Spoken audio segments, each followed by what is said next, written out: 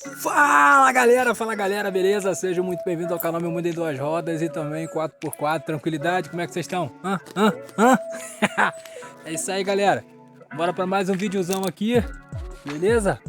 Hoje em apresentação para vocês do novo carro do canal também, né? O novo carro que eu adquiri aí, que eu falei para vocês aí, né?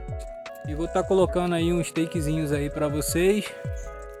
E hoje em específico é o primeiro passeio que eu tô dando com a minha esposa e com o Pérola Negra, que é o nome que a gente apelidou o carro aí. Então, ó, tá aí o carrinho, galera. Esse é o carro que eu tava para apresentar para vocês no canal. Vou fazer um takezinho para vocês, só que não é aqui nesse lugar, que o take já tá feito aí e que eu vou estar colocando para vocês aí. Falou, galera? Então desde já peço a vocês aí para se inscrever no canal, deixar o seu like. Falou? E tamo junto demais.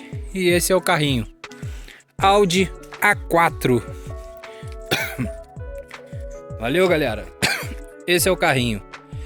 Depois eu faço para vocês um vídeo específico aí de detalhes do carro aí. Falou, galera? E tamo junto demais, galera. Tamo junto demais mesmo. Fica no videozão aí, fica no takezão aí.